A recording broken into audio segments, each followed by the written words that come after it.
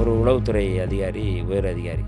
அவர் வந்து என்னை பார்த்துட்டு, "உன்னை கடற்கரையில் வச்சு என்கவுண்டர் பண்ணணும்ல நான் வந்து தேடணும். நீ எப்படி தப்பிச்ச? கடற்கரையிலே வச்சு கடற்கரையில் உன்னை என்கவுண்டர் பண்ணுறது தான் பிளானு. நீ எப்படி வந்த?" அப்படின்னு சொல்லி அவர் வந்து இன்றைக்கும் அவர் அந்த அந்த அதிகாரி இருக்கிறாரு. ஆனால் பிச்சைக்கார பையல காலையிலே வந்து அவர் பயங்கர டென்ஷன் ஆகிட்டார். அவர் வந்து ஒரு ஒரு பழுத்த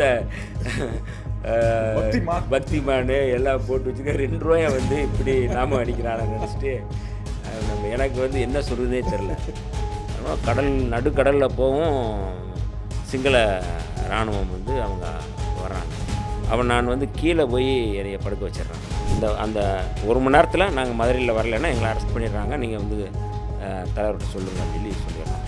இது வந்து விடுதலை சிறுத்தைகளுடைய நீ கியூ பிராஞ்சாரு இல்லைன்னா வந்து ஐபிஆர் யார் வேணாலும் இருந்துட்டு போ, ஆனால் எங்களை வந்து நீ வந்து தொட முடியாது அப்படிங்கிறத நான் இன்னும் நம்புகிறேன். ஒரு நாள் வந்து தலைவர் திருமாவளவன் தான் வந்து ஈழ விடுதலைக்கான உண்மையாக இருந்தவர்னு சொல்லி ஒரு நாள் வந்து வரும்.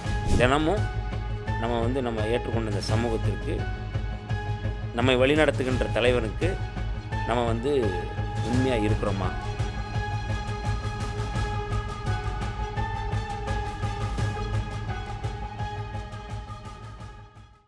கலைஞர் கருணாநிதி அவர்கள் 2 முறை வந்து ஈழப் பிரச்சனையாலேயே வந்து தன்னுடைய ஆட்சியை இழந்தவர். அவர் ஒரு பக்கம், இந்த பக்கம் தொல் திருமாவளவன் அவர்கள் இதே ஈழப் பிரச்சனையால் தன் பேர் இப்படி ஒரு அவப்பெயர் வர்றதுக்கு காரணமாக அமைஞ்சிருக்கு 2009 முள்ளிவாய்க்கால் யுத்தம். எந்த விதத்துலையும் இது வரைக்கும் திருமானனோ நீங்களோ பர்சனலாக கிளைம் பண்ணிக்கிட்டது கிடையாது. நாங்கள் இயக்கத்துக்காகவோ ஈழத்தமிழர்களுக்காகவோ ஆஃப்டர் மாத் ஆஃப் வார், அதாவது போருக்கு பிந்தைய சூழலில் அந்த பாதிக்கப்பட்ட மக்களுக்கும் அங்கேருந்து போராளிகளின் குடும்பங்களுக்கும் மக்களுக்கும் நீங்கள் எவ்வளோ பண்ணியிருக்கீங்கன்னு எனக்கு நேரடியாக இருக்கேன், நான் சாட்சியாக இருக்கேன். அதை ஒரு தனி பாட்காஸ்ட்டாகவே நம்ம பண்ணணும்னு நினைக்கிறேன். இப்படி இருக்க சூழலில் ஒரு பக்கம் இந்த போராட்டத்தையும் எந்த விதத்துலையுமே நேரடியாக தன்னுடைய பங்களிப்பை செலுத்திக்காமல் பணத்தை மட்டுமே சம்பாதிக்கக்கூடிய ஒரு சில இழிப்பிறப்புகள் ஒரு பக்கம். ஆனால் நீங்கள் வந்து அதுக்காக ஒரு அவப்பேரையும் வாங்கிட்டு தொடர்ந்து அவங்களுக்காக இன்று வரை நீங்கள் ஏதோ ஒன்று செஞ்சிட்ருக்கீங்கல்ல, ஏன் உங்களால் வந்து செஞ்சதை சொல்லிக்க முடியலை? ஏன் சொல்ல வேணாம்னு நினைக்கிறீங்க? இல்லை அதை தவிர்த்துக்கிட்டே இருக்கிறதுக்கு காரணம் என்ன? இல்லை, அதாவது நான் வந்து 2008 வந்து இளம் போகிறேன். நான் கடல் உச்சத்தில் இருக்கும்போது அது உங்களுக்கு தெரியும். ஏன்னா நீங்கள் வந்து அங்கே நின்று எல்லாம் வழிகாட்டுறீங்க, எல்லாமே வந்து ஏற்பாடு நடக்குது. 2008 அந்த யுத்தம் நடந்துக்கிட்டு இருக்கு. யுத்த காலத்தில் வந்து கடல் வழியில் போகிறது அப்படிங்கிறது ஒரு சவாலான ஒரு இடம். 2005 நான் வந்து ஃப்ளைட்டில் போனேன். 2006 நான் ஃப்ளைட்டில் போயிருக்கிறேன். விமானம் மூலமாக நம்ம போயிருக்கிறோம். ஆனால் இந்த 2008 வந்து என்னை வந்து அவர் மரியாதைக்குரிய அம்மான் பொட்டம்மான் வந்து பார்க்கணும்னு சொல்லி சொன்ன உடனே எந்த விதமான தயக்கமும் இல்லாமல், எனக்கு தெரியும் அது நீங்கள் சொன்ன உடனே அடுத்த செகண்டு எப்போ போகணும் தான் நீங்கள் கேட்டீங்க. அவ்வளோதான், நான் வந்து எதுவுமே சொல்ல. சேரலாதன் வந்து என்னை அங்கேருந்து தொடர்பு கொள்கிறாரு. நீ சந்தோஷ் எல்லாருமே சொல்லிட்டாப்புல, நீ ஏற்பாடு நடந்துருச்சு, நீ கிளம்பு அப்படின்னு சொல்லி சொல்கிறாரு. அது அங்கே போகிறதே ஒரு பெரிய சேலஞ்சாக இருந்தது எனக்கு. மதுரையிலேருந்து நான் கிளம்புறேன். தலைவர்கிட்ட மட்டும் நான் வந்து தகவல் சொல்கிறேன். எங்கள் வீட்டில் சொல்லலை, யார்கிட்டையுமே சொல்லலை. ஏன்னா நம்ம போகிற இடம் திரும்பி வருவோமான்னு வந்து எனக்கு வந்து ஒரு பெரிய இது இருந்தது. இந்த மாதிரி வந்து போயிட்டு வரேன், பக்கத்தில் ஒரு இடத்துக்கு போயிட்டு வரேன்னு சொல்லிட்டு நான் வந்து கிளம்புறேன். மதுரையிலேருந்து நான் பஸ்ஸில் ஏறி போகிறோம். ராமநாதபுரத்தில் இறங்குறோம். ராமநாதபுரத்தில் இறங்கி ராமேஸ்வரம் போகணும். ராமேஸ்வரத்தில் போட் இருக்குது, நீங்கள் வந்து ஏறுங்கன்னு சொல்லி சொல்கிறாங்க. எல்லாமே ஏற்பாடு பண்ணுறாங்க. ஆனால் நான் ராமநாதபுரத்தில் ஏறி ராமேஸ்வரம் பஸ்ஸில் ஏறும்போது மதுரையிலேருந்து வந்த ஒரு கேரக்டர் எங்கள் 2 பேர், நானும் திண்டுக்கல் அண்ணன் வேலுச்சாமி 2 பேரும் தான் முதல் நாங்கள் வந்து வர்றோம். நான் ஏறுற பஸ்ஸில் பூரா அவங்களும் ஏறுறாங்க. ராமநாதபுரத்தில் இறங்கி ராமேஸ்வரம் பஸ்ஸில் ராமேஸ்வரம் பஸ்லேயும் அவங்க ஏறுறாங்க.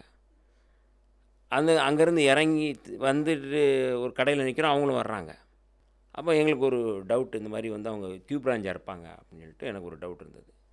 அப்போ நான் இவர்கிட்ட சொல்கிறேன், ஆனால் நான் அந்த எஸ்டிடி பூத்தில் போய் ஒரு மொத்தம் 10 நம்பரு, ஒரு 5 நம்பர் மட்டும் நான் போட்டுட்டு வரேன் அப்படின்னு சொல்லிட்டு நான் 5 நம்பர் மட்டும் ஃபோன் பண்ணிட்டு போட்டு வச்சுட்டு வந்துடுறேன்.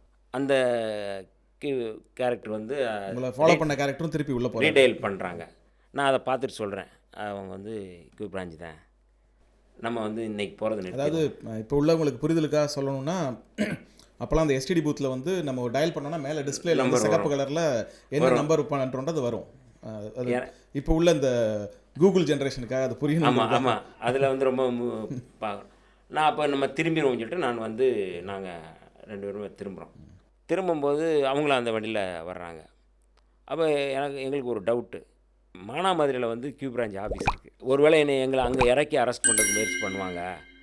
அப்போ நாங்கள் வந்து மதுரையில் தொடர்பு கொண்டு பேசுகிறோம் கட்சி தோழர்கள்ட்ட, இந்த மாதிரி இங்கேருந்து கிளம்புறோம், ஆனால் கியூ பிரான்ச்சு கூடயே வர்றாங்க, கட்டாயம் வந்து அரெஸ்ட் பண்ணுறதுக்கு வாய்ப்பு இருக்குதுன்னு சொல்லிவிட்டு அந்த 1 மணி நேரத்தில் நாங்கள் மதுரையில் வரலைன்னா எங்களை அரெஸ்ட் பண்ணிடுறாங்க, நீங்கள் வந்து தலைவர்கிட்ட சொல்லுங்கள் அப்படின்னு சொல்லிடுறோம். அப்போ வந்து வண்டி வந்துக்கிட்டு இருக்கு, அந்த கியூ பிரான்ச் அதிகாரி போலீஸு கண்டக்டர்கிட்ட அதை சொல்கிறாப்புல. கண்டக்டர் சொன்னோன்னா நாங்கள் கண்டக்டர் வந்தவுடனே கேட்குறோம், என்ன சொன்னார் அப்படின்னு சொல்லி கேட்குறோம். இல்லை உங்கள் 2 பேரும் பிக் பாக்கெட்டுன்னு சொன்னார், அவங்க ரொம்ப கேர்ஃபுல்லாக பார்த்துக்கோங்க அப்படின்னு சொல்கிறாங்க சொல்கிறாங்க. ஆடியன்ஸோட புரிதலுக்காக நான் சொல்ல நினைக்கிறேன். ஏன்னா நீங்கள் போட்டுட்டு போயிருந்த ட்ரெஸ் வந்து ஒரு அழுக்கு சட்டையும் ஒரு லுங்கியும், ஏன்னா அங்கேருந்து இறங்கி போன உடனே ஒரு போட்டில் ஏறி போகிற சாதாரண ஒரு மீனவர் மாதிரி தெரியணுன்றது அப்படியான ட்ரெஸ். அந்த மாதிரி தான் நான் வந்து அப்படி தான் நான். அதனால் யார் பார்த்தாலும் அவங்க சொன்னால் நம்புவாங்க நீங்கள் ஒரு பிக் பாக்கெட்னு. கரெக்டு. ஓகே. இல்லைங்க, நாங்கள் பிக் பாக்கெட்டில், நாங்கள் விடுதலை சிறுத்தைகள் கட்சியில் இருக்கிறோம், பொறுப்பாளராக இருக்கிறோம், அவர் சொல்கிறது பொய், நம்பாதீங்க. ஏன்னா அவன் என்ன பிளான் பண்ணியிருக்காங்கன்னு தெரியாது. ஏன்னா பேருந்துக்குள்ளே மக்களை தூண்டி விட்டு என்ன வேணாலும் அவங்க வந்து பண்ணுவாங்க அப்படிங்கிறதுனால நான் அவங்கக்கிட்ட நாங்கள் விளக்கம் கொடுத்துட்டு, அவர் ஒரு வெளிச்சமேன்ட்ட ஒரு கார்டு இருந்தது, அந்த கார்டு விசிட்டிங் கார்டை காட்டி பாருங்கள், நாங்கள் அவங்க வந்து தேவையில்லாமல் அது பண்ணுறாங்க அப்படின்னு சொன்னோம். அப்புறம் வந்து மதுரையில் வந்து பஸ் ஸ்டாண்டில் வந்து இறங்கினோம்னா பிறகு நம்ம கட்சி தோழர்கள் அவரை வந்து சூழ்ந்துட்டு அவர்கிட்ட இருந்த ஐடி கார்டெலாம் பிடுங்கி, யாரா அப்படின்னு சொல்லி கேட்க, இந்த மாதிரி நான் கியூ பிரான்ச் ஆஃபீஸர், எனக்கு நான் அவரை ஃபாலோ பண்ணுறேன் என்னன்னு கேட்டுருக்காங்க. அப்புறம் சென்னையிலேருந்து போலீஸ் ஆஃபீஸர்லாம் ஃபோன் பண்ணி தலைவர்கிட்ட பேசி அந்த கார்டை நாங்கள் வந்து கொடுத்து விட்டோம்.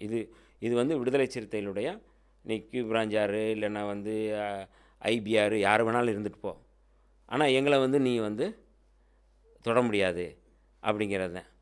இது வந்து அன்றைக்கி முடிஞ்சுது. ஆனால் என்னை வந்து அன்றைக்கி எதிர்பார்த்துக்கிட்டு இருக்கிறாங்க. சேரலா வந்து நான் அன்றைக்கி நடந்த சம்பவம் என்னன்னா, எனக்கு சேரா ஃபோன் பண்ணி திட்டுறாரு. ஆமாம், எங்கே வன்னியை காணோம், நான் உங்களை தொடர்பு எடுக்கவும் முடியல.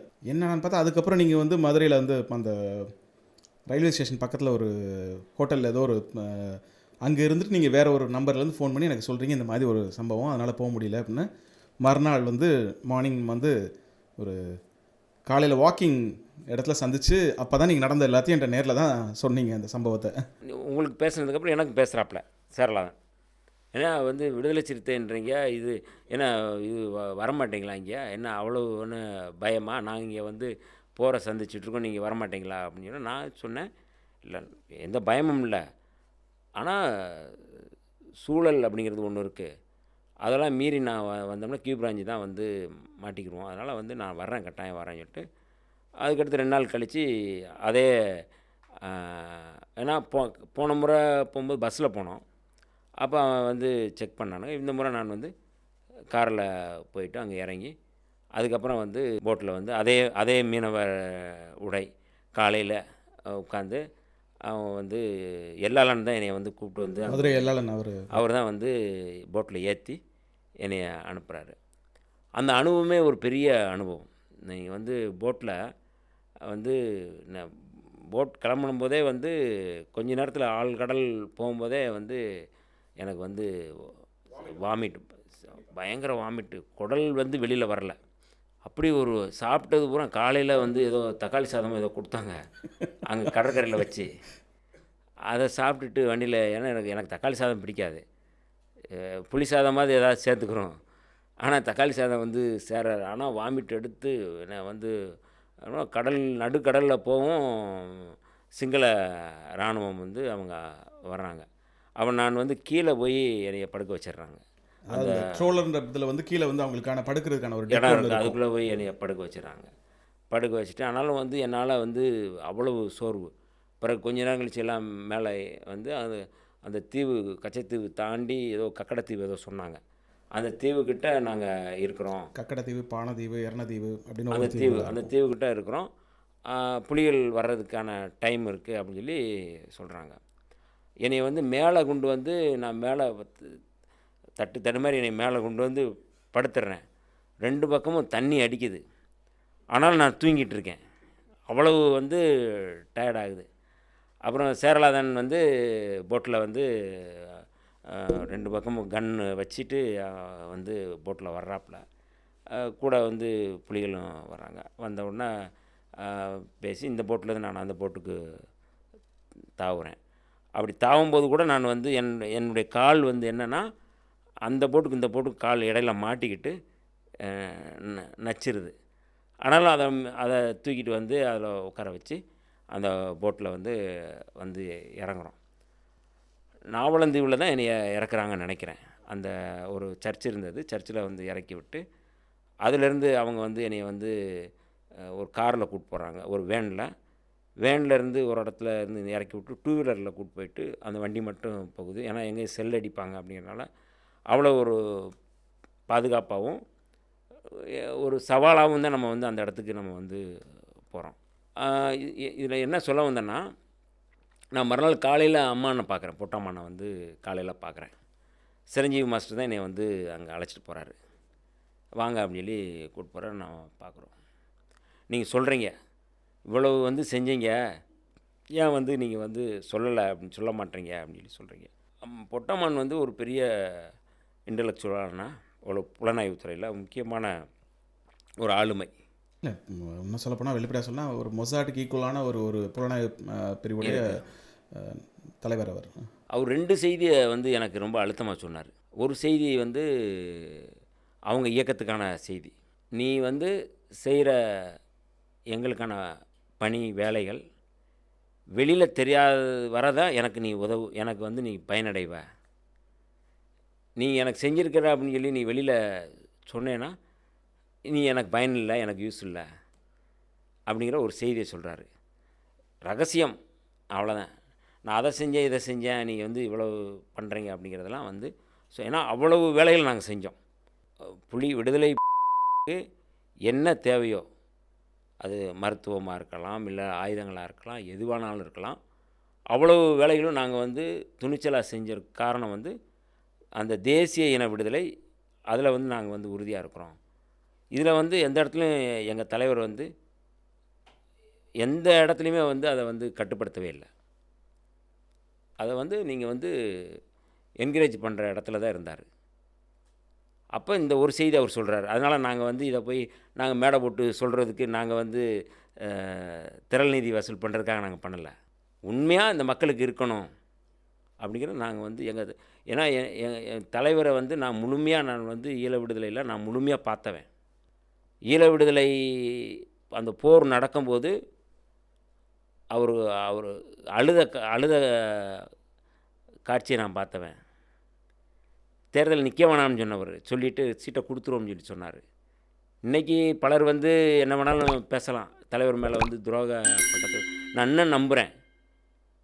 ஒரு நாள் வந்து தலைவர் திருமாவளவன் தான் வந்து ஈழ விடுதலைக்கான உண்மையாக இருந்தவர்னு சொல்லி ஒரு நாள் வந்து வரும்.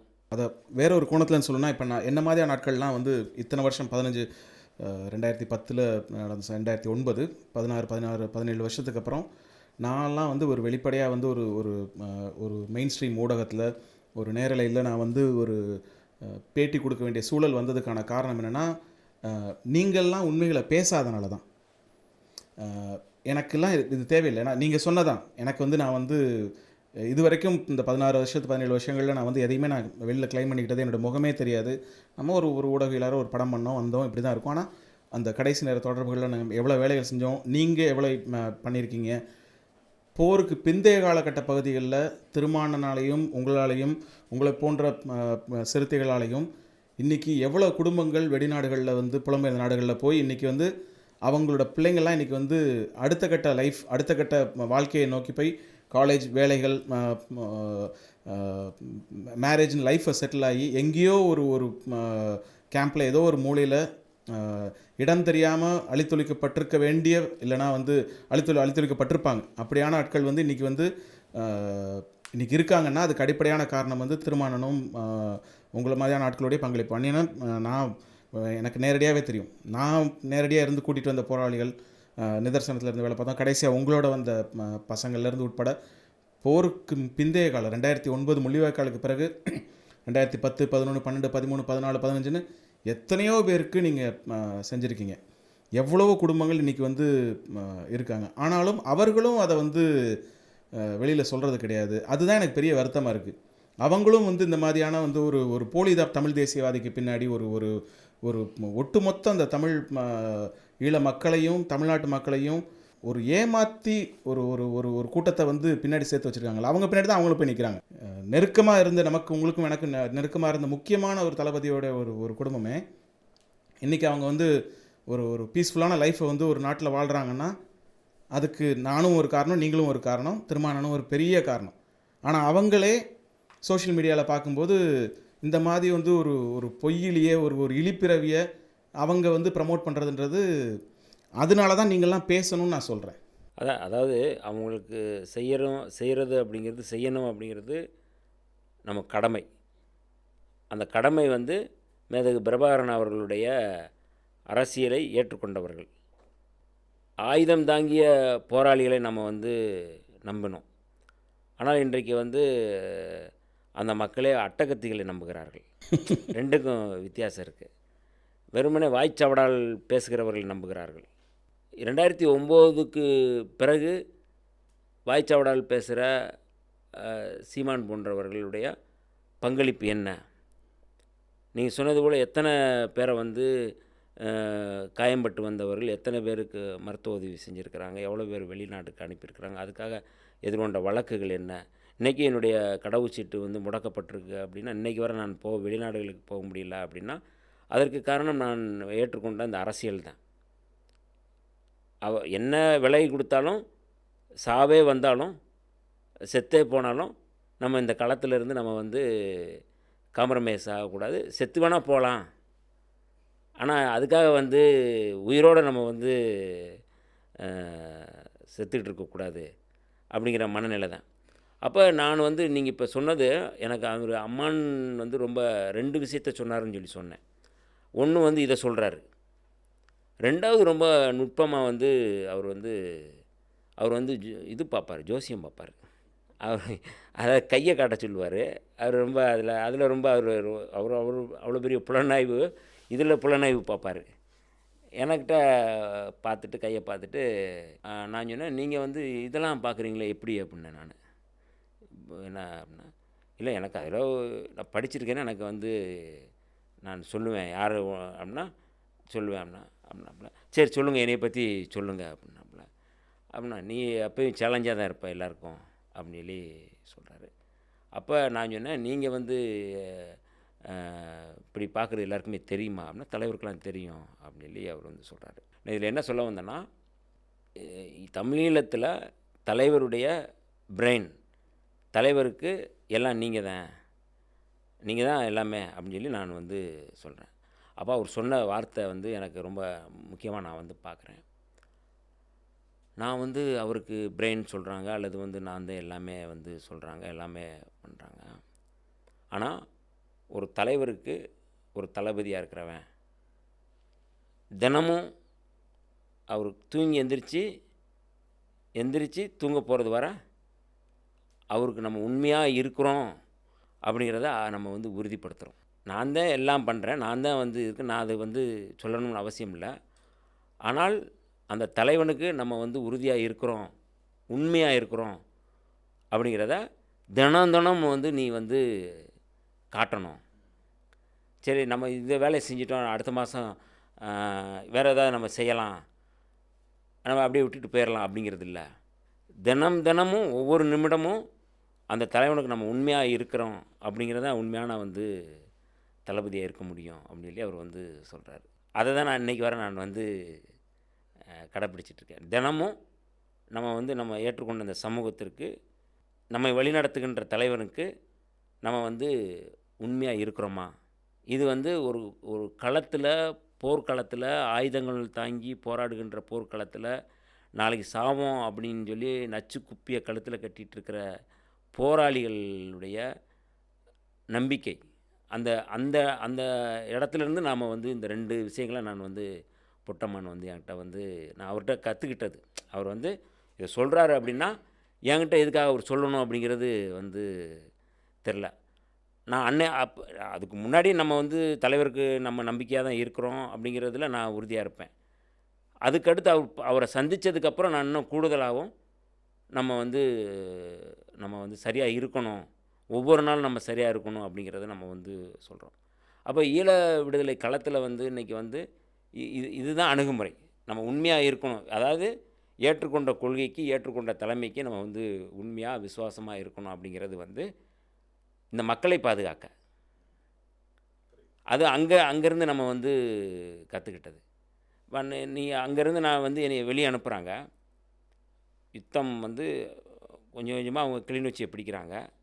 ஏன்னா இந்த செய்தியை நம்ம வந்து எங்கேயும் நான் பேசலை. நான் கிளிநொச்சியை வந்து பிடிச்சிட்டாங்க, பிடிபட்டுருச்சு அந்த நேரத்தில். ஆமாம், ஜனவரி 5ன்னு நினைக்கிறேன் பிடிக்கிறாங்க. நான் வந்து எல்லாருமே வந்து அப்படியே கொஞ்சம் கொஞ்சமாக நகர்ந்து அவங்க முல்லைத்தீவை நோக்கி எல்லாம் போயிட்டுருக்குறாங்க. எல்லாருமே கொஞ்சம் கொஞ்சமாக நாங்கள் வந்து புதுக்குடியிருப்பு புதுக்குடியிருப்பு போயிட்டுருக்குறாங்க. நான் புதுக்குடியிருப்பில் இருக்கிறேன். அப்போ புது ரத்னதுரை அண்ணா வீட்டில் தான் வந்து எனக்கு நல்ல ஞாபகம் இருக்குது.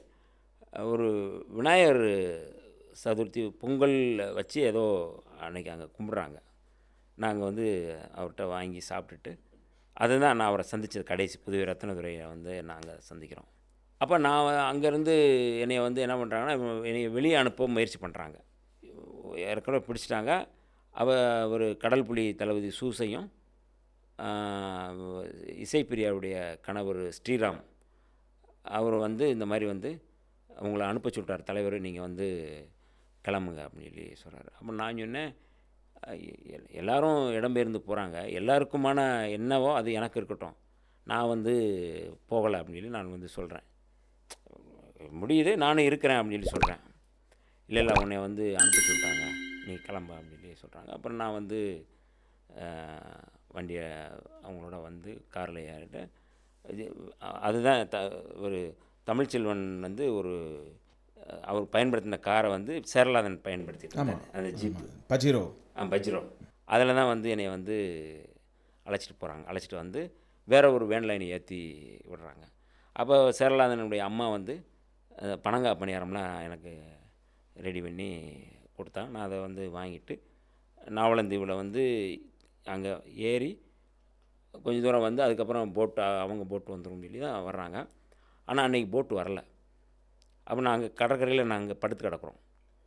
என் கூட வந்து ஒரு குண்டடிப்பட்ட உடம்பு பூரா செல்லடிப்பட்ட ஒரு போராளியும் கூடயே வரான். அவனை வந்து நான் கூப்பிட்டு வந்து இங்கே இறக்கி விடணுங்கிறது தான் அவங்களுடைய அசைன்மெண்ட்டு.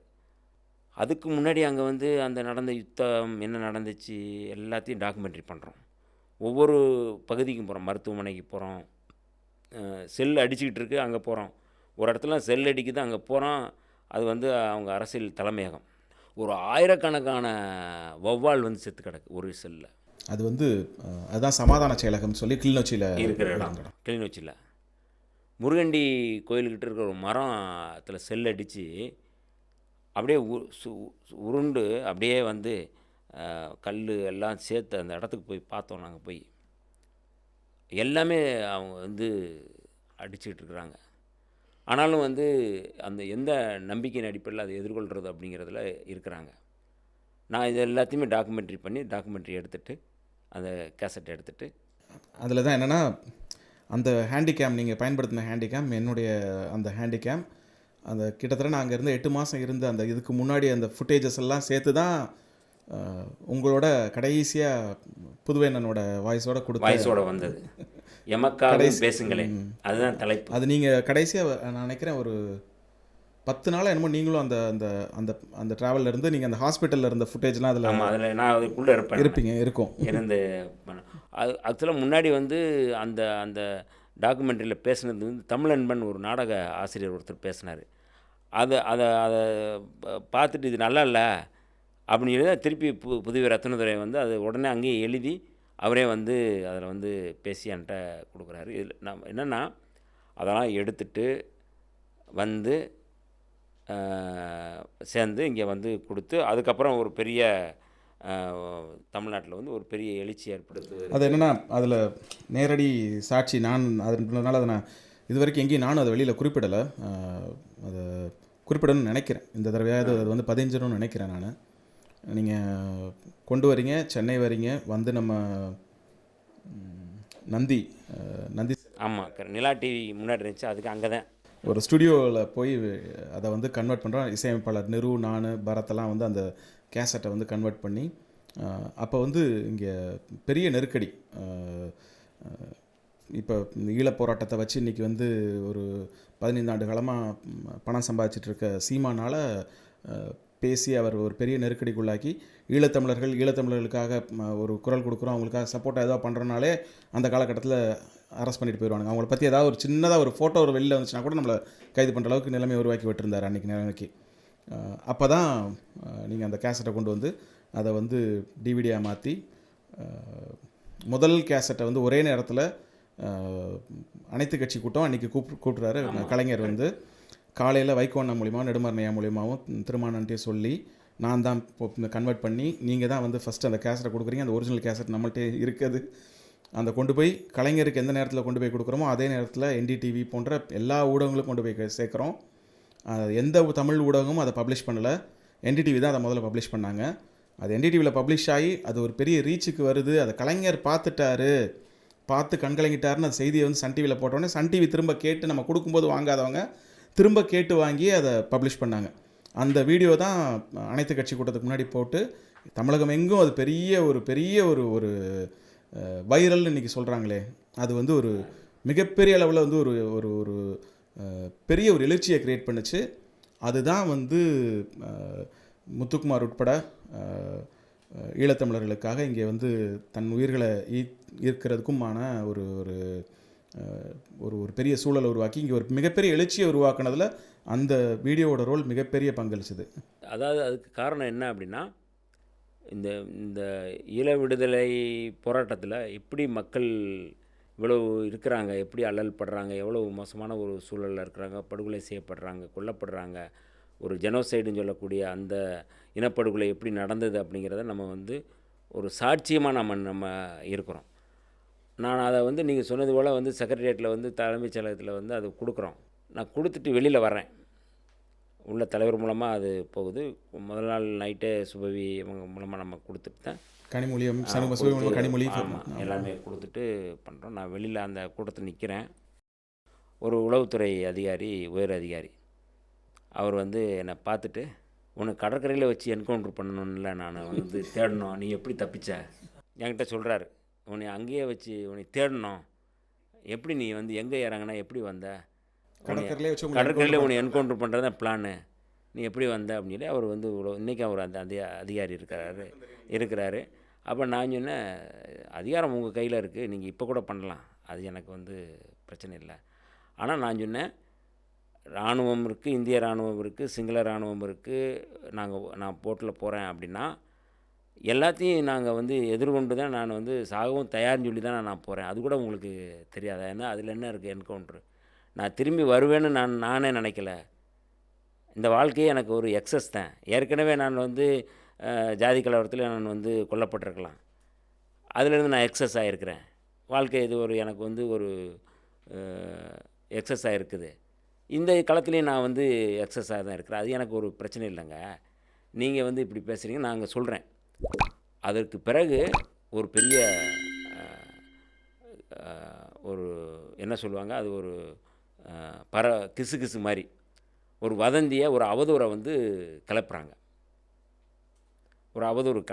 என்ன அவதூறுனா, கடைசி யுத்த காலத்தில் வந்த ஒரே ஒருத்தன் நான் மட்டும்தான், அதுக்கு பிறகு யாரும் வரல. அதாவது அதுக்கு பிறகு காயம்பட்டு வர்றவங்க வரலாம், ஆனால் எந்த நோக்கத்தோடு எந்த வேட்கையோடு வந்து ஒருத்தன் போனானோ அந்த வேட்கை வந்து கடைசியானது நான் தான். அப்படி வரும்போது புலிகள்கிட்ட இருந்து வந்து எனக்கு வந்து நிறையா வந்து பணமும் தங்கமும் கொடுத்து விட்டதாக வந்து ஒரு செய்தி ஐபி இறக்கி விடுறாங்க. இது வந்து தலைவர் கவனத்துக்கும் போது தலைவரும் வந்து இந்த மாதிரி வந்து ஒரு செய்தி இருக்குது, அது என்னென்னு பார்ப்பா அப்படின்னு சொல்லி சொல்கிறாரு. அப்போ நான் சொன்னேன், நான் எப்படி வந்தேன், கூட ஒரு தம்பி வர்றாரு. இல்லை, எனக்கு அது நான் வேணால் இன்டர்ப்ட் பண்ணி சொல்லலாம். அது ஏன்னா அந்த பையனுக்கு ஹாஸ்பிட்டலுக்கு பணம் கட்டுறதுக்கு எப்படி கட்டணுன்றது வரைக்கும் எவ்வளோ கஷ்டப்பட்டு கட்டினதுன்னு. இப்போ நான் போட்டிலேருந்து வர்றோம், ஒரு பைசா இல்லை, யாழ்ப்பாணம் கையில் கொண்டு வந்தீங்க? டேப்பு தான். யாழ்ப்பாணத்தில் எனக்கு வந்து கிளிநொச்சியில் ஒரு கடையில் சேரா வந்து போய் ஒரு பேண்ட்டும் ஒரு சட்டை, அந்த பேண்ட்டும் முக்கா பேண்ட்டு தான், ஒரு அது கூட ரொம்ப நாள் நான் வச்சுருந்தேன். அந்த அது வந்து எனக்கு கொடுத்தாங்க. அதை நான் ஒரு பையில் வச்சு அதை கையில் வச்சுக்கிட்டேன். லுங்கியும் டிஷர்ட்டும் வந்து நான் போட்டுட்டு வரோம். அன்றைக்கி வந்து இந்த முன்னோர்களுக்கு இது திதி செய்கிற நாள். அன்னைக்கு கூட்டம்னா அப்படி கூப்பம், கடற்கரையில் சரியான கூட்டம். என்னை புலிகள் போட்டிலேருந்து என்னை மீனவர்கள் போட்டுக்கு மாற்றும் பொழுது அவங்ககிட்ட சொல்கிறாங்க, இந்த மாதிரி வந்து நீங்கள் தனுஷ்கோடியில் இறக்கிடக்கூடாது, ராமேஸ்வரம் கரையில் தான் இறக்கணும் அப்படின்னு சொல்லி சொல்கிறாங்க. ஏன்னா தனுஷ்கோடியில் இறக்குனாலே வந்து கியூ பிரான்ச் நேராக இருக்கும் பண்ணிடுவாங்க, அதனால் பண்ணணும். அப்போ அதுக்கு கொஞ்சம் காசு அதிகமாகன்றாங்க. சரி, நாங்கள் வந்து போட்டில் வந்து போய் வந்துக்கிட்டே இருக்கிறோம். இப்போ வந்துகிட்டு இருக்கும்போது மொத்தம் வந்து அவர் சொன்னாப்புல ₹1 சொல்கிறாங்க. பாதி கடலுக்கு போயிட்டு இருக்கும்போது சொன்னால் ஒருத்தருக்கு ₹1. அப்போ ₹1,00,000னா 2 லட்சம் ஆகிடுது. அப்போ கூட வந்த போராளி வந்து ஏதோ பேச முனைஞ்சாப்புல நான் சொன்னேன், இல்லை வேணாம், நம்ம கொடுத்துருவோம், ஆனால் கையில் காசு இல்லை, கரையில் வந்து ஒரு தம்பி வந்து இருக்கிறாப்புல அப்படின்னு சொல்லி சொன்னாங்க. அது அவரும் உங்களுக்கு தெரிஞ்சவர் தான். நான் வந்து சரி போய்ட்டுருக்கோம். அங்கே வந்து லைட் ஹவுஸ் தெரியுது எனக்கு அப்போ வருது. மழை செம்மடி அடிக்குது. ஒரு பக்கம் லைட் ஹவுஸ், ஒரு பக்கம் அந்த கோயிலுடைய அந்த இருக்குது, மழை வேறு அடிச்சிட்டு இருக்கு. நான் வந்து நிற்கிறேன். எனக்கு வேறு வயிறு வந்து வலி எடுக்குது, எனக்கு வந்து யூரின் வருது. நான் வந்து அங்கே அவங்க என்ன சொல்கிறாங்க, ஒரு எட்ஜில் நின்று அடி அப்படின்றாங்க. என்னால் முடியலை, ஏன்னா அந்தளவுக்கு அலை போயிட்டுருக்கு. வந்துக்கிட்டு இருக்கும்போது அந்த போட்டில் இருக்கிறவங்க சொல்கிறான், அந்த மாதிரி வந்து டீசல் காலி ஆகிடுச்சின்ட்டான்.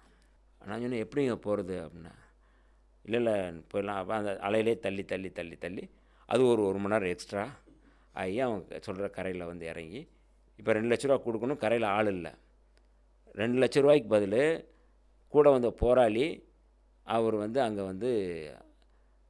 வந்து பணைய கைதி மாதிரி அவர் அங்கே உட்கார வச்சுட்டு, நான் மட்டும் கரையிலேருந்து ராமேஸ்வரம் கடற்கரையிலேருந்து அந்த கோவில் இருக்கிற பகுதி நகரத்துக்கு வர்றதுக்கு எப்படியும் வந்து 2 கிலோமீட்ரு நான் நடந்து தான் வரேன். அந்த ஏற்கனவே நான் போட்டு வந்த பனியனையும் லுங்கியும் அங்கேயே, ஏன்னா அது முன்னோர்கள் திதி செய்கிற இடங்கிறதுனால கூட்டமாக நான் இருந்து அதெல்லாம் தூக்கி கழட்டி போட்டுட்டு அவங்க கொடுத்த பேண்ட் சட்டையை போட்டு செருப்பு இல்லாமல் அவ்வளோ தூரம் நான் வந்து நடந்து வர்றேன். நான் இரவு வந்து எதுவும் சாப்பிடல. அம்மா வந்து சரளதன் அம்மா வந்து கொடுத்த பனங்காய் பணியாரம் மட்டும்தான் நான் சாப்பிட்றேன். காலையில் அவ்வளோ பசி. எனக்கு டீ காஃபி சாப்பிட மாட்டேன், ஆனால் வந்து பசிக்குது.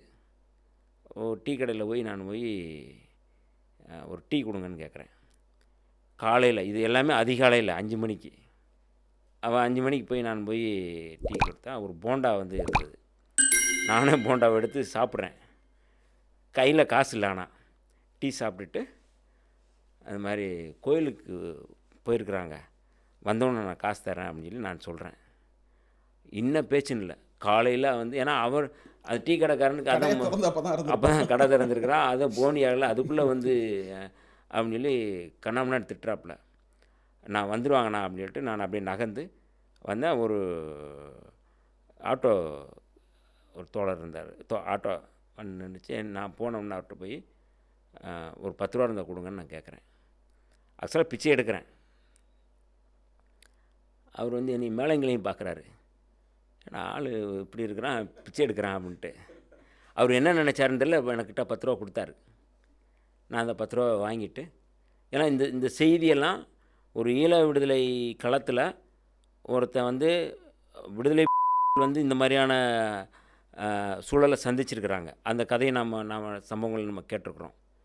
ஆனால் ஈழ விடுதலை ஆதரவாளர் ஒருத்தன் வந்து இப்படி வந்து ஒரு இதை சந்திச்சிருக்கிறான்னு யாருக்குமே தெரியாது. சும்மா வந்து நீங்கள் வந்து போனாங்க வந்தாங்க அப்படின்னு வேணால் சொல்லலாம். ஆனால் இதை வந்து சந்தித்த ஒருத்தன் அப்படிங்கிற அடிப்படையில் நம்ம வந்து சொல்கிறோம். அப்போ அந்த 10 ரூபாயை வாங்கிட்டு நேராக வந்து தொலைபேசி இது ஃபோன் பண்ணி நமக்கான ஆளை கூப்பிட்றதுக்காக நான் வர்றேன். எனக்கு வந்து எந்த இதுவுமே இல்லை. ஒரு ஃபோன் நம்பரு எனக்கு தெரியும். அந்த ஃபோன் நம்பர் வந்து எல்லாளனுடைய நம்பரு. அவர் நம்பர் 793 ஆரம்பிக்கும்.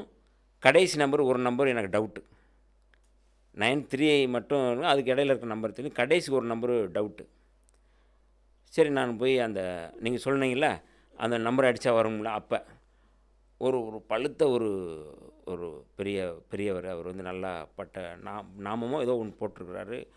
காலையில் அவ்வளோ அப்படியே அந்த மங்களகரமாக இருக்குது. அப்படியே பத்து குச்சி அது இதுன்னு போட்டு செம்மையாக இருக்குது. இல்லை, என்னால் ரேட் பண்ண முடியும். ஏன்னா நானும் அதே நேரத்தில் தான் அங்கே வந்து இறங்கி வந்தாலும். அப்போ நான் வந்து போன உடனே நம்பரை போடுறேன். அந்த நம்பரு அலோன்னு சொல்கிறேன். அந்த நம்பரு ராங் நம்பர் போயிடுச்சு.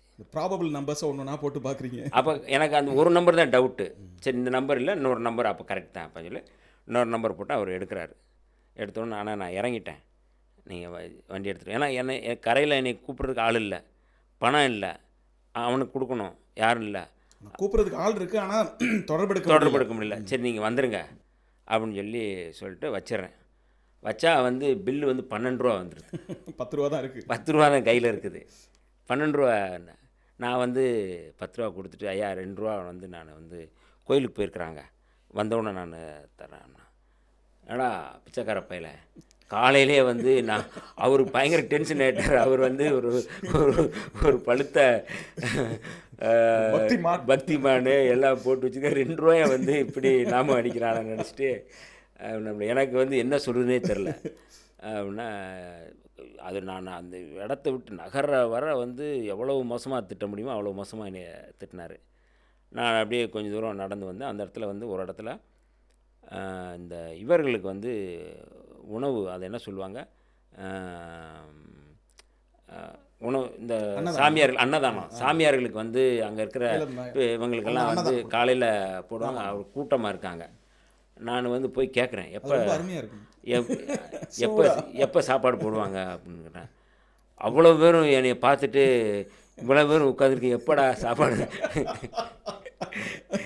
அப்படின்னு இருந்தாங்க.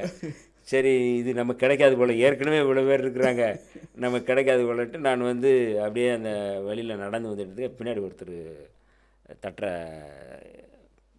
பார்த்தா திரும்பி பார்த்தா அந்த பையன் வந்து எனக்கு வந்து எனக்காக அங்கே காத்திருக்கிற வேண்டிய பையன் கோயிலுக்குள்ளே போய் மொட்டை அடிச்சுட்டு அவன் ஒரு மாறு இடத்துல வந்து வரான். என்னப்பா இவ்வளோ நேரம், என்னப்பா நான் வந்து பிச்சை எடுத்துகிட்டு தர்றேன்ப்பா, என்னப்பா காணமே அப்படின்னா, ஆனால் நான் போலீஸு இது பண்ணுறாங்க, அதனால் கோயிலில் போய் நான் மொட்டை அடிச்சுட்டு வந்து இருக்கிறேன் அப்படின்னு சொன்ன உடனே சரி வா அப்படின்னு சொல்லிட்டு, இந்த மாதிரி அவன் இருக்கிறான், போய் அவனை போய் மீட்டுட்டு வா போய் அப்படி 2 லட்ச ரூபா அவன் கொண்டு வந்த காசை அவன் கொடுத்துட்டு என்கிட்ட வந்து என் கையில் வந்து ஒரு 500 ரூபா 100 ரூபா வாங்கிட்டு நேராக போனேன். போய் அந்த டீ கடைக்காரனுக்கு ஒரு 100 ரூபா கொடுத்தேன். அவன் பார்த்தா 2 ரூபா, ஏன்னா அந்த டீ கடைக்கு வந்து எவ்வளோ கொடுக்கணும்னு சொல்ல மீதி கொடுத்தாப்புல. அப்புறம் இவர்கிட்ட வந்து நான் வந்து ஆட்டோக்காரனை தேடி ஆட்டோக்காரனை பார்த்து அவனுக்கு கொடுத்தேன். அதுக்கடுத்து நேராக போன இடம் அந்த எஸ்டிடி பூத்துக்காரன். அவர்கிட்ட நான் 100 ரூபாய் கொடுத்தேன். 100 ரூபா கொடுத்தோன்னு 2 ரூபாய்க்கு சேஞ்ச் இல்லைன்னு சொன்னேன். வச்சுக்கோங்க அண்ணன். 2 ரூபாய்க்காக என்னை திட்டினார். நான் ஆனால் அவருக்கு 100 ரூபா கொடுத்தேன். நீங்கள் வச்சுக்கோங்க ஐயா, நான் இப்போ தான் வந்தாங்க, எனக்கு வேணாம்னா அவர் கண்ணு கலங்கிட்டார். காலையிலே வந்து 2 ரூபாய்க்கு திட்டினோம், ஆனால் 100 ரூபா வந்திருக்கு அப்படின்னு வந்து நான் சொன்னேன், ஐயா இப்படிலாம் யாரும் திட்டாதீங்க அப்படின்னு சொல்லி அவர் ஒன்றும் பேசலை. அதாவது ஒரு ஒரு ஒரு பயணம், அந்த பயணம்ங்கிறது ஒரு இலக்கை நோக்கியான பயணம். அந்த பயணத்தினுடைய நோக்கம் அப்படிங்கிறது ரொம்ப முக்கியமாக நம்ம வந்து பார்க்குறோம். விடுதலை சிறுத்தைகள் இந்த களத்தில் வந்து வெறுமனே வந்து மேடையில் வாய்ச்சாவடால் பேசாமல் இந்த இந்த இந்த களம் எவ்வளோ மோசமான இருந்தாலும் நம்ம அதில் வந்து உறுதியாக இருக்கணும். சொகுசாக இருக்கிறது இல்லாமல் நம்ம வந்து உறுதியாக இருக்கணும் அதுக்கு நம்ம வந்து என்ன விலை கொடுக்கலாம், எதையும் நம்ம எதிர்கொள்ளலாம் அப்படிங்கிறத வந்து எனக்கு வந்து அந்த களம் வந்து எனக்கு தயார்படுது. அதுக்கு காரணம் வந்து எங்களுடைய தலைவர் வந்து அந்த கோட்பாட்டு அடிப்படையில் எங்களை வந்து வழி நடத்தினது. எந்த சூழ்நிலையும் வந்து இப்போ உண்ணாவிரதம் இருக்கக்கூடாதுன்னு சொல்லும்போது கூட அந்த உண்ணாவிரதம் இருப்பதற்கான இடத்த தேடிக்கிட்டே இருப்பார். ஈழ விடுதலை போரை வந்து நிறுத்து அப்படின்னு சொல்கிறதுல இடம் கொடுக்கல. காவல்துறை நெருக்கடி கொடுக்குறாங்க, எல்லாம் பண்ணுறாங்க. ஆனால் அந்த இடத்த வந்து ஒரு இடத்த தேர்வு பண்ணுறதுக்கு அவர் வந்து அதில் வந்து அலைஞ்சிட்டே இருக்கிறார். அந்த இலக்கினுடைய தேடல் இருக்குல்ல, அதுதான் நம்மளை வந்து இயக்குது. அப்போ இன்றைக்கி வந்து இந்த களத்தில் வந்து நம்ம வந்து யார் என்ன சொன்னாலும் நான் நம்புகிறேன். யார் எதை பற்றி அவதூறு பேசினாலும் என்ன பேசினாலும் இந்த களத்தில் எங்கள் தலைவர் போல் வந்து உண்மையான ஒரு கொள்கை கோமானை வந்து நம்ம பார்த்ததே இல்லை. கொள்கையில் வந்து ஈழ விடுதலை களமாக நம்ம உண்மையாக இருக்கணும். மேதகு பிரபாகரன் அவர்களுடைய உறுதி என்னவோ அந்த உறுதி வந்து எங்கள் தலைவர்கிட்ட இருக்குது அப்படிங்கிறத நான் நம்புகிறேன். இன்றைக்கி இல்லை, ஒரு நாள் கட்டாயம். இப்போ நீங்கள் சொல்கிறீங்க இவங்கெல்லாம் எதுவுமே போனால் எதுவும் செய்யலை. இல்லை நான் எனக்கு என்னென்னா அது எனக்கு பர்சனலாக நிறைய வருத்தங்கள் இருக்குது. அங்கே அந்த போராட்டத்தில் வந்து தன்னை ஈடுபடுத்திக்கிட்டு தன் உயிரை ஈந்த எத்தனையோ மாவீரர்களுடைய அந்த ரத்தத்தின் மேலேயும் அந்த பிணத்தின் மேலேயும் நின்று இன்றைக்கி வந்து ஒரு அரசியல் பண்ணி இன்றைக்கி வந்து ஒரு மிகப்பெரிய ஒரு சாம்ராஜ்யத்தை உருவாக்கி வச்சுருக்காரு சீமான் போன்ற ஒரு ஃப்ராடு.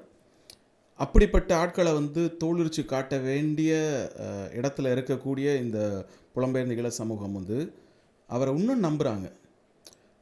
என்ன மாதிரி ஆட்கள் வந்து எக்ஸ்போஸ் பண்ணிட்டோம். ஒரு 15 வருஷமாக ஒரு பொய்யான ஒரு புகைப்படம், அதில் வந்து என்னோடய ஷூட்டிங் ஸ்பாட்டில் எடுத்த படம், அதில் கீழே தெர்மாக்கோல் இருக்குது.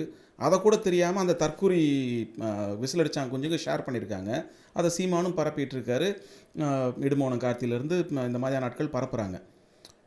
இதை புலம்பெயர் தமிழர்கள் நம்புகிறாங்க. அந்த வருத்தம் இருக்குல்ல, இவங்களுக்காகவா இந்த தலைவர் வந்து இத்தனை ஆண்டு காலம் வந்து போராடி இன்றைக்கி வந்து உயிரையும் தன்னோட குடும்பத்தையும் இழந்து இப்படி இருந்திருக்காரு அப்படின்னு நம்ம நினச்சி பார்க்கும்போது அது ஒரு வருத்தத்தின் வெளிப்பாடு தானே தவிர்த்து இது ஒன்றும் இது கிடையாது. சீமான் இல்லைன்னா இன்றைக்கி வந்து யாரோ ஒருத்தர் இது மாதிரி ஆதாயம் எடுத்திருப்பாங்க. அவரோட நோக்கமே இந்த மாதிரி வந்து இதை ஈழ அரசியலை பயன்படுத்தி தன்னுடைய வாழ்க்கையை வந்து அடுத்த கட்டத்தை கொண்டு போகிறது. இன்றைக்கி நாம் தமிழர்ன்ற ஒரு கட்சி இன்றைக்கி ஒரு 15 ஆண்டு காலம் இன்றைக்கி வந்து ஒரு இவ்வளோ பெரிய ஒரு ஓட் பேஸை க்ரியேட் பண்ணியிருக்கு அப்படின்னா அது வந்து வாக்கரசியலில் இருக்கக்கூடிய விடுதலை சிறுத்தைகள் மாதிரியான ஒரு கட்சிக்கும் வாக்கரசியல் இல்லாத திராவிட கழகங்கள் பேதிக, குளத்தூர் மணி கோவை ராமகிருஷ்ணன், ஆர்சாமி தோழர் இப்படியான ஆட்களுடைய பங்களிப்புகள்லையும் அவங்க வந்து அவங்களுடைய அர்ப்பணிப்பினாலையும் தான் வந்து ஈழப்போரும் மக்களுடைய பிரச்சனைகளும் இங்கே தமிழ்நாட்டில் பரவலாக தெரியப்பட்டது. சீமான் தான் அதை வந்து அறுவடை பண்ணி கொண்டு போயிருக்காருன்னு வச்சுக்கோங்களேன். இது தெரிஞ்சும் இவங்கெல்லாம் வந்து அவருக்கு வந்து பொருளாதார ரீதியாகவோ இல்லைனா வந்து சோஷியல் மீடியாலேயோ போய் சண்டை போடுறாங்கல்ல. இந்த புலம்பெயர் தமிழ் சமூகத்தில் இருக்க மிகப்பெரிய ஊடகங்களே, நான் உருவாக்கின ஊடகங்களே நமக்கு எதிராகவே இன்றைக்கி வந்து திரும்பி அது ஒரு சங்கி ஊடகமாக மாறி இன்றைக்கி வந்து சீமானை தூக்கி பிடிச்சிட்டு இதே சீமானுக்கு எதிராக நம்ம வந்து உண்மையை இதே 15 வருஷத்துக்கு முன்னாடி இல்லை அதே ஐபிசி தமிழ் தொலைக்காட்சியில் நான் வந்து நானே நேர்காணல் கொடுத்து சீமானை எக்ஸ்போஸ் பண்ண வீடியோ இன்றைக்கி கிடையாது. அது கிடையாது, டெலீட் பண்ணிட்டாங்க. என்னென்னா அவங்க இன்றைக்கி அவரோட நிற்கிறத பார்க்கும்போது உண்மையாக இதுக்காக பங்களித்தவங்களுக்கான அந்த அங்கீகாரமோ அந்த ரெப்ரசன்டேஷனோ அது கிடைக்கலன்னும் போது வரக்கூடிய என்னோடய ஆதங்கம் தானே தவிர்த்து இது வந்து தனிப்பட்ட முறையில் புலம்பெயர் தமிழர்களையோ இல்லைனா வேறு யாரையுமோ சுட்டு காட்டுன்றது கிடையாது. அந்த நேர்காணலையும் நான் வந்து உங்களையும் குளத்தூர் மணியனையும் நான் வந்து நேரடியாகவே நான் குற்றம் தான் சாட்டியிருந்தேன். ஏன்னா நீங்கள் தான் அந்த மாதிரி நாட்கள் அடையாளப்படுத்தி அங்கே கொண்டு போய் நிப்பாட்டிட்டீங்க. அதோட விளைவு தான் இன்றைக்கி இவ்வளோ பெரிய விருட்சமாக சீமான் மாதிரியான ஒரு ஃப்ராடுகள் வந்து ஒரு ஒரு ஒரு டு த கோர் அவரை வந்து என்ன வார்த்தை வேணாலும் நீங்கள் பயன்படுத்தலாம். இப்படி ஒரு நபரை நான் வந்து வாழ்க்கையில் ஒரு அரசியல் களத்தில் பொதுத்தளத்தில் நான் பார்த்ததே கிடையாது. தன்னுடைய தேவைக்காக என்ன வேணாலும் செய்யணுன்ற ஒரு நபரை வந்து நீங்களாம் எக்ஸ்போஸ் பண்ணியிருக்கணும். நீங்கள் தான் அந்த தவறு, நீங்களும் குளத்தூர் மணியண்ணன் தான் மிகப்பெரிய பங்கு, உங்கள் 2 பேருக்கு தான் மிகப்பெரிய பங்கு. இல்லை அதில் என்னென்னா பொய்யிலே கட்டமைக்கப்பட்டு போலிகள் வந்து எப்போவுமே வந்து ஈஸியாக வந்து வெளியில் வருவாங்க, அது வந்து நம்புவாங்க. உண்மை வந்து கொஞ்சம் நாள் ஆகும், ஆனால் உண்மை தான் நிற்கும். போலிகள் வந்து சீக்கிரம் வந்து காணாமல் போயிடுவாங்க. அதனால் நம்ம வந்து எப்போவுமே வந்து அதை பற்றி எந்த கவலையும் இல்லை, நம்ம உண்மையாக இருப்போம். அதுக்கு ஒரே ஒரு சம்பவம் என்னென்னா, கடைசியாக வந்து அந்த யுத்த காலத்தில் வந்து முள்ளிவாய்க்கால் அந்த நந்திக்கரை ஓரமாக வந்து கடல் புலிகளுக்கு வந்து ஒரு தளபதி சூசை வந்து வகுப்படுத்திக்கிட்டு இருந்தார். ட்ரைனிங் தான், அது ஒரு அரசியல் ரீதியான ஒரு வகுப்பு. என்னை அங்கே காலையில் என்னை அங்கே கூப்பிட்டு போயிருந்தாங்க. அப்போ வந்து சூசேனனுடைய அண்ணன் அவர் ஒரு இசை இது இது வாசிப்பார் பயங்கரமாக வந்து, என்ன உரிமையா ஒரு பர்கஷன் அது இன்ஸ்ட்ருமெண்ட். நல்லா அதில் வாசிக்கக்கூடியவர் வந்து அவர் தான் வந்து உட்காந்துருக்கிறாரு, எல்லாருமே இருக்கிறாங்க. அப்போ சூசை வந்து அண்ணன் வந்து என்னை அறிமுகப்படுத்தும்போது சொன்னது ரொம்ப முக்கியமானது. தமிழ்நாட்டில் வந்து விடுதலை சிறுத்தைகள் இயக்கம், அதன் தலைவர் திருமாவளவன் நமக்காக அங்கே வந்து போராடிக்கிட்டு இருக்கிறாரு. போராட்டம் மட்டும் இல்லாமல் நம்ம இங்கே போராடுவதற்கான எல்லா உதவியும் செஞ்சிட்ருக்கிறாரு. அவர் இங்கே இருந்திருந்தாருன்னா என்னை போல் அவரும் ஒரு தளபதியாக இங்கே உங்களோட இருந்திருப்பார். அப்படிப்பட்ட ஒரு இயக்கத்திலிருந்து வந்திருக்கிற தம்பி வன்னியரசு அப்படின்னு சொல்லி என்னை வந்து அவர் வந்து அங்கே இருக்கிற போராளிகள்கிட்ட எனக்கு அறிமுகப்படுத்துகிறாரு. இந்த இந்த இந்த இதுதான் வந்து உண்மையான ஒரு போராட்டத்தினுடைய விளைச்சலாக நமக்கு கிடைச்ச அங்கீகாரமாக பார்த்துருக்குறோம். போர்க்களத்திலேருந்து தப்பிச்சு வெளிநாடுகளுக்கு போய் அங்கே வந்து சுகபோகமாக வாழ்கிற ஈழத்தமிழர்களுடைய அறியாமை தான் நான் பார்க்குறேன். அவங்க மேலே எங்களுக்கு எந்த வருத்தமும் இல்லை. எங்களை வந்து அவங்க விடுதலை சிறுத்தைகளை திட்டுறாங்க, எங்கள் தலைவரை திட்டுறாங்க, அவதூறு பரப்புகிறாங்க அப்படின்னா அது அவங்களுடைய அறியாமையாக தான் நாங்கள் பார்க்குறோம். இந்த களத்தில் யார் உண்மையாக நிற்கிறாங்க, யார் ஏமாத்துறாங்கிறத கூட அவங்க வந்து அறிஞ்சிக்க முடியலை. தலைவர் பிரபாகரன் போன்றவர்கள் வந்து ஆயுதம் ஏந்தி போராடினாங்க. அந்த ஆயுதங்களை வந்து துணிச்சலாக வந்து கொடுத்து உதவி செய்யக்கூடிய விடுதலை சிறுத்தைகளை நம்பாமல் அட்டக்கத்திகளை நம்புகிறாங்க. அப்படிங்கிறது இடத்துல தான் நம்ம வந்து பார்க்கணுமே ஒழிய நம்ம அவர்கள் மீது நமக்கு எந்த வருத்தமும் இல்லை. அவர்கள் நம்மளை வந்து நம்பலைனாலும் மேதகு பிரபாகரன் அவர்கள் ஏற்றுக்கொண்ட அந்த அரசியலை நம்ம நம்புகிறோம்ல, அந்த போராட்டத்தை நம்ம நம்புகிறோம். அந்த போராட்டத்துக்காகத்தான் நம்ம வந்து 4 நூற்றாண்டுக்கு மேலே நம்ம வந்து இந்த இடத்துல வந்து நம்ம வந்து அர்ப்பணிச்சிட்ருக்குறோம். அவர் இல்லை, ஆனால் அந்த போராட்டத்தை அடுத்த கட்டத்துக்கு நகர்த்த வேண்டிய பொறுப்பு நமக்கு இருக்குது, விடுதலை சிறுத்தைகளுக்கு இருக்குது. அதை எங்களுடைய தலைவர் அவர்கள் வந்து தமிழ்நாட்டில் அதை வந்து முன்னகர்த்துறாரு. அவருக்கு பின்னாடி இருந்து நாங்கள் வந்து அதை வந்து உண்மையாக நம்ம கொண்டு போகணும் அப்படின்னு சொல்லி பண்ணுறோம். இன்றைக்கி இல்லை, ஒரு நாள் கட்டாயம் வந்து மேதகு பிரபாகரன் அவர்களுடைய அந்த அரசியலை உண்மையாக எடுத்து கொண்டு போய்கின்றிருப்பவர் வந்து அண்ணன் திருமாவளவன், தொல்காப்பியன் திருமாவளவன் தான். அப்படிங்கிறத எல்லாருமே புலம்பெயர்ந்த சமூகமும் ஒரு நாள் சொல்லும். அதுவரை வந்து நம்ம வந்து கலப்பணி செஞ்சுக்கிட்டே இருப்போம் அப்படிங்கிறத நான் வந்து இதில் வந்து சொல்கிறது. நிச்சயமாக நீங்கள் சொல்கிற மாதிரி ஒரு நாள் புலம்பெயர்ந்த ஈழத்தமிழ் சமூகம் அது வந்து உண்மையை உணர்வாங்கன்னு நான் நம்புகிறேன். நான் அதை வந்து மிக வருத்தத்தோடய நான் அதை பதிவு செய்கிறேன். இன்றைக்கி புலம்பெயர் தமிழ் சமூகத்தில் இருக்கக்கூடிய முக்கியமான பெரிய தளபதிமார்களுடைய குடும்பங்களாகட்டும் சரி, பல போராளிகள் இன்றைக்கி அவங்களோட லைஃப்பை வந்து அடுத்த கட்டத்தை கொண்டு போயிடுறதுக்கு நேரடியான மறைமுகமான காரணமாக திருமணம் நீங்களும் இருந்திருக்கீங்க. அது எனக்கு நானே நேரடியான சாட்சி. நம்ம உள்ளூர் அரசியலுக்கு வந்தோம் அப்படின்னா 2024 நாடாளுமன்ற தேர்தல், ஒட்டுமொத்த கட்சிகளும் வாக்குக்கு பின்னாடி ஓடிட்டுருக்க நேரத்தில் ஒரு தமிழ்நாட்டுடைய மையப்பகுதியான திருச்சியில் வெல்லும் சனநாயகம் அப்படின்னு கான்ஸ்டியூஷனை அப்ஹோல்ட் பண்ணி ஒரு மாநாடு. அதில் இந்தியாவே இந்தியா, அதாவது இந்தியா கூட்டணியே கொண்டு வந்து நிப்பாட்டிட்டீங்க. இப்போ 2026 தமிழ்நாடு சட்டப்பேரவை தேர்தல். இப்போ வந்து மதச்சார்பின்மை அப்படின்னு கிளம்பியிருக்கீங்க. என்ன தான் உங்கள் நோக்கம்? உங்களுக்கு அரசியல் அமைக்க வேணாமா? ஒரு பக்கம் சீமான் வந்து வென்றால் மகிழ்ச்சி தோற்றால் பயிற்சின்னு 15 வருஷமாக சொல்லிட்டு இருக்காரு. அதே மாதிரியா இதுவும்? இல்லை, அதாவது ஒரு ஒரு ஒரு தொலைநோக்கு பார்வை வேணும். முதல்ல என்ன நடக்க போகுது, என்ன நடக்கும் அப்படிங்கிறது முதல்ல தெரியணும். இப்போ பாரதிய ஜனதா, ஆர்எஸ்எஸ், சங் பரிவார அமைப்புகளுடைய இலக்கு அப்படிங்கிறது இந்து ராஷ்டிரம் தான். அப்போ இந்த இந்து ராஷ்டிரத்திற்கு தடையாக இருப்பது அப்படிங்கிறது அரசியலமைப்பு சட்டம். அந்த அரசியலமைப்பு சட்டத்தில் இருக்கின்ற மிக முக்கியமான சரத்துகள், முக்கியமான விதிகள், முக்கியமான இந்த முழக்கங்கள் அப்படிங்கிறது செக்குலரிசம், சோசலிசம் ரெண்டும் தான். அப்போ இந்த ரெண்டையுமே வந்து எடுத்தால் தான் இந்து ராஷ்டிரம் அமைக்க முடியும். இது ஒரு பகுதி. இப்போ இந்த ரெண்டையும் எப்படி எடுக்கிறது அப்படிங்கிற வழக்கு போடுறாங்க பாஜக. ஆனால் உச்சநீதிமன்றம் அது வந்து தள்ளுபடி பண்ணுது.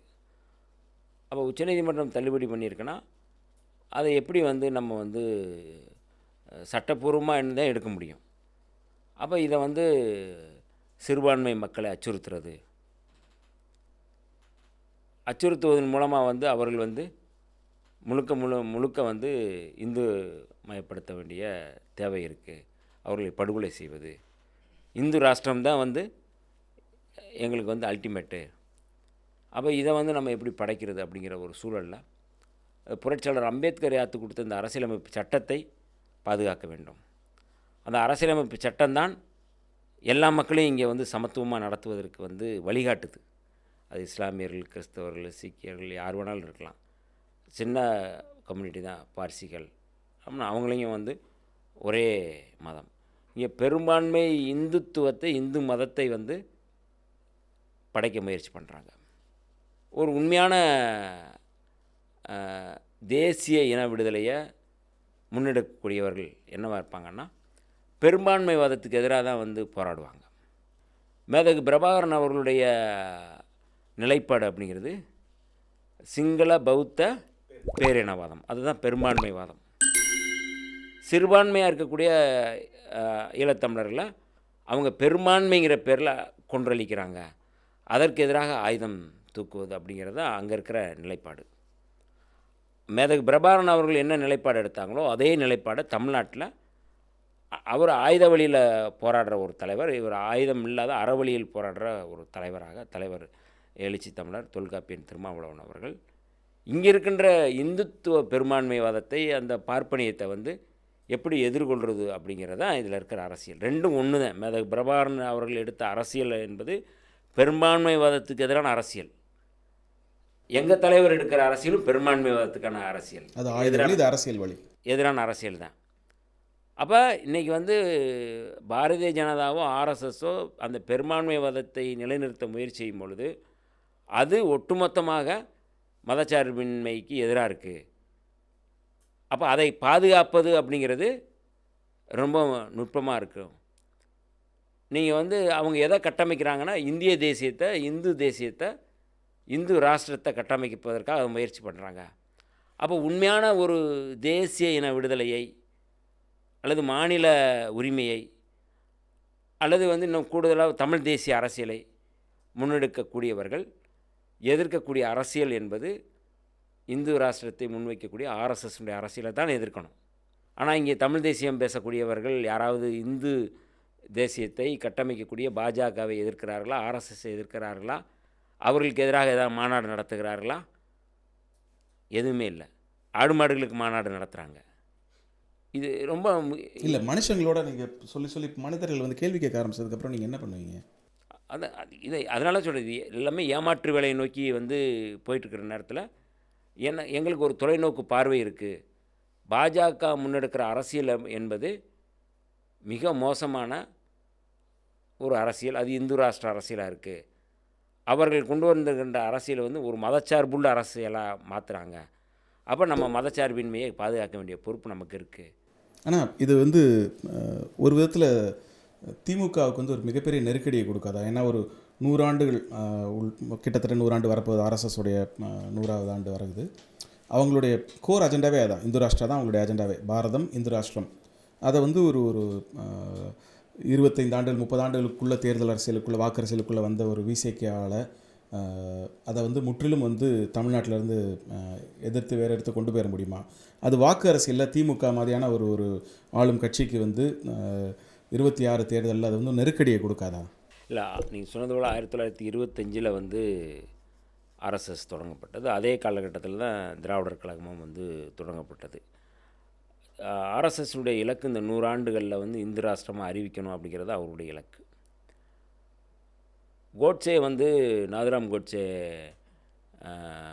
நீதிமன்றத்தில் அந்த நீதியரசர் வந்து ஆத்மசரண் வந்து இவர்களுக்கு தண்டனை கொடுக்கும் பொழுது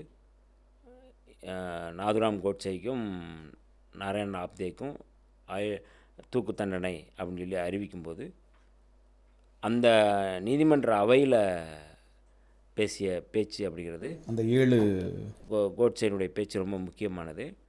அவர் சொன்னார், இன்றைக்கி இல்லை, நாளைக்கு இல்லை, ஒரு நாள் இந்தியா வந்து இந்து ராஷ்டிரமாக மாறும் அப்படின்னு சொல்லி வந்து சொல்கிறாரு.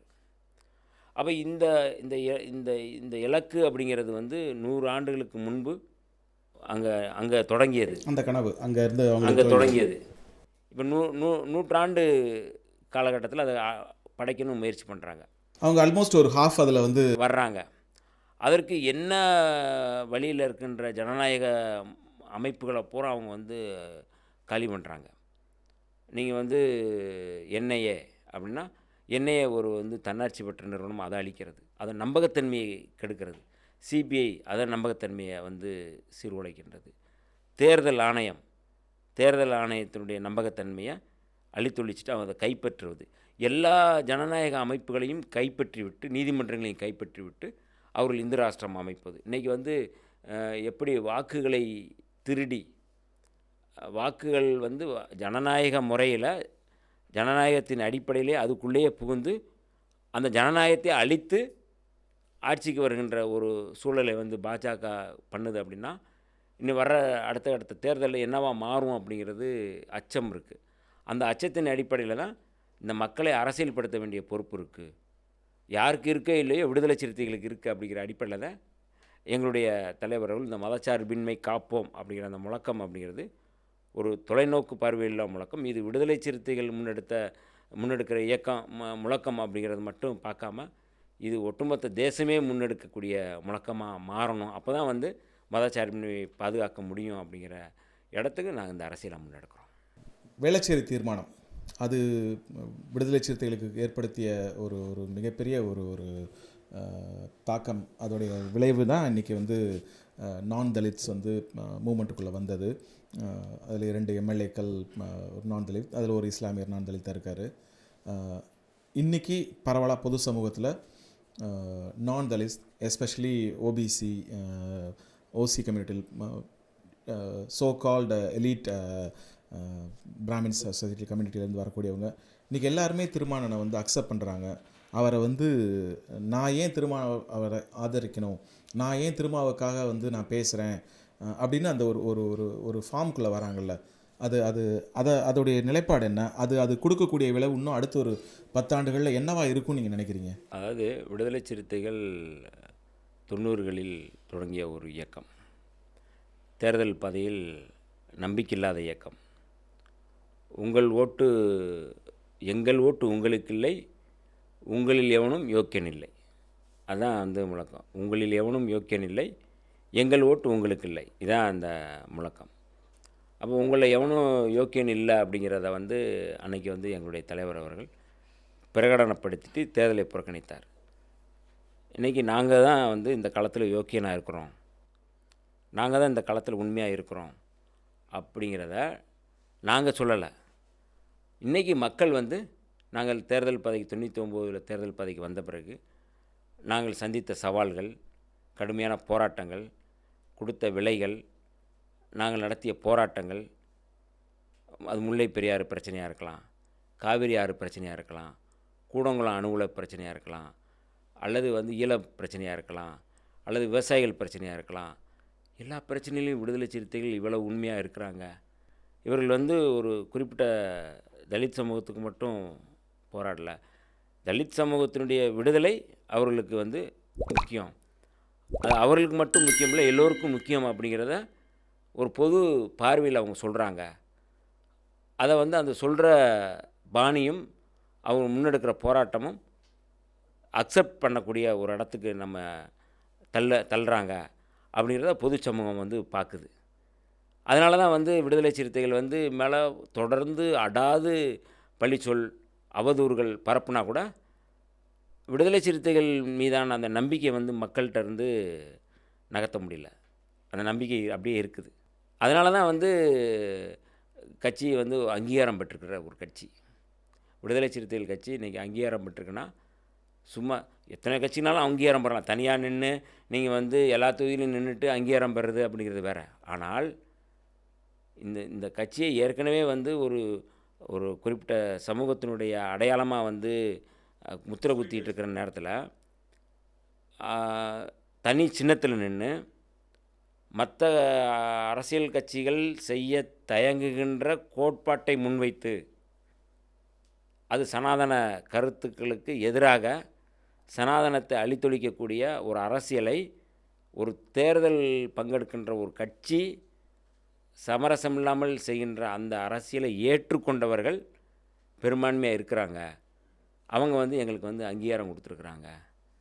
அப்போ 2006 வந்து வேளச்சேரி தீர்மானம் எங்களுடைய தலைவர் அவர்கள் போடும் பொழுது தலித் அல்லாதோர் நான் தலித்துகள் வந்து இந்த கட்சியில் அதிகமாக வரணும் அப்படின்னு சொன்ன அந்த பார்வை வந்து இன்றைக்கி வந்து வெற்றிகரமாக அது போயிட்டுருக்கு. அப்படின்னா நீங்கள் சொன்னது போல் எந்த அளவுக்கு வந்து அந்த ஒரு பொது ஏற்பு அது இருக்குது அப்படிங்கிறத நம்ம வந்து பார்க்க வேண்டியது இருக்குது.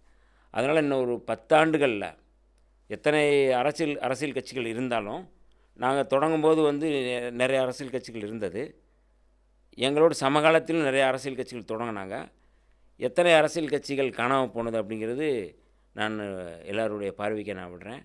எத்தனை அரசியல் கட்சிகள் இருந்தாலும் விடுதலை சிறுத்தைகள் முன்னெடுக்கிற அரசியலை யாரும் செய்ய முடியாது. அந்த நம்பிக்கை எங்களுக்கு இருக்குது. எதிர்காலத்தில் வந்து தமிழ்நாட்டில் விடுதலை சிறுத்தைகள் அப்படிங்கிற ஒரு கட்சி, எல்லோரும் வந்து இந்த கட்சி தான் வரணும், இந்த கட்சி தான் ஆட்சி அதிகாரத்துக்கு வரணும், இந்த கட்சி வந்தால் தான் வந்து நமக்கு வந்து ஒரு பாதுகாப்பு. தலைவர் திருமாவளவன் அவர்கள் வந்து தமிழ்நாட்டில் வந்து ஒரு அதிகாரத்துக்கு வந்தால் தான் டெல்லியிலிருந்து பாதுகாப்பு, சனாதனத்திலிருந்து பாதுகாப்பு, வர்ணாசிரமத்திலிருந்து பாதுகாப்பு அப்படிங்கிற ஒரு நிலை வந்து வரும். அதை நோக்கி நாங்கள் வந்து நகர்ந்துக்கிட்டு இருக்கிறோம். இந்த நகர்வுங்கிறது ஏற்கனவே எங்கள் தலைவர் வந்து பல இடங்களில் சொல்லியிருக்கிறாரு. நாங்கள் வந்து அங்குலம் அங்குலமாக வளர்கிறோம், அதே வேளையில் ஆழமாக வளர்கிறோம் அப்படிங்கிறத வந்து சொல்லியிருக்கிறாங்க. அதனால் நாங்கள் இந்த மண்ணில் வந்து இந்த மண்ணின் மைந்தர்கள், பூர்வீக குடிகள், நாங்கள் இந்த மண்ணின் வேர்களாக இருக்கிறோம். அதனால் ஆழமாக நாங்கள் வந்து இதில் வளர்ந்துக்கிட்டு இருக்கிறோம். நீங்கள் சொன்னது போல் இன்னும் ஒரு 10 ஆண்டுகளில் ஒரு பெரிய எதிர்பார்ப்பு, ஒரு பெரிய வந்து இலக்கை வந்து விடுதலை சிறுத்தைகள் அடைவோம் அப்படிங்கிறதுல எந்த மாற்று கருத்தும் இல்லை. நான் வந்து மதுரையில் வந்து பிறந்து வளர்ந்தால் திருமானனுடைய ஸ்பீச்சை முதல்ல நான் வந்து எங்கள் தெருவில் தான் நான் கேட்டிருந்தேன். அப்போ அந்த ஏர்லி 90s வந்து சொல்லக்கூடிய மிட் 90s நினைக்கிறேன், ஏர்லி 90s மிட் 90s இந்த அடங்கமறு, அத்துமீறு, திருப்பி அடி, திமிரு எழு, இதெல்லாம் வந்து நமக்கு வந்து ஒரு ரெவல்யூஷனரி. ஏன்னா நான் வளர்ந்தது வந்து சூழல் வந்து என்னுடைய பக்கத்து வீடு வந்து சிபிஐஎம்முடைய மெயின் கட்சி அலுவலகம். அங்கேருந்து நம்ம வந்து வாசிக்க துவங்குறோம். அங்கேருந்து அரசியல் புரிதல் வருது.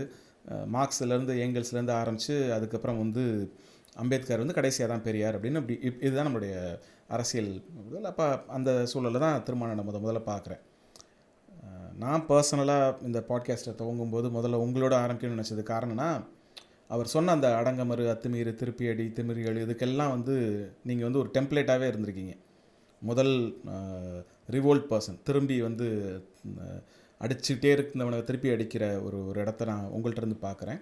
அதே நேரத்தில் ஈழப்போரில் நேரடியாக எனக்கும் உங்களுக்குமான நேரடி பார்வையில் நான் இருந்திருக்கேன், ஒரு பார்வையாளர் இருந்திருக்கேன். நான் அதை வந்து கூடவே இருந்து உங்களை வந்து இங்கேருந்து அனுப்பி பாதுகாப்பாக திருப்பி கொண்டு வரதில் மிகப்பெரிய ஒரு சாட்சியாக நான் இருந்திருக்கேன்.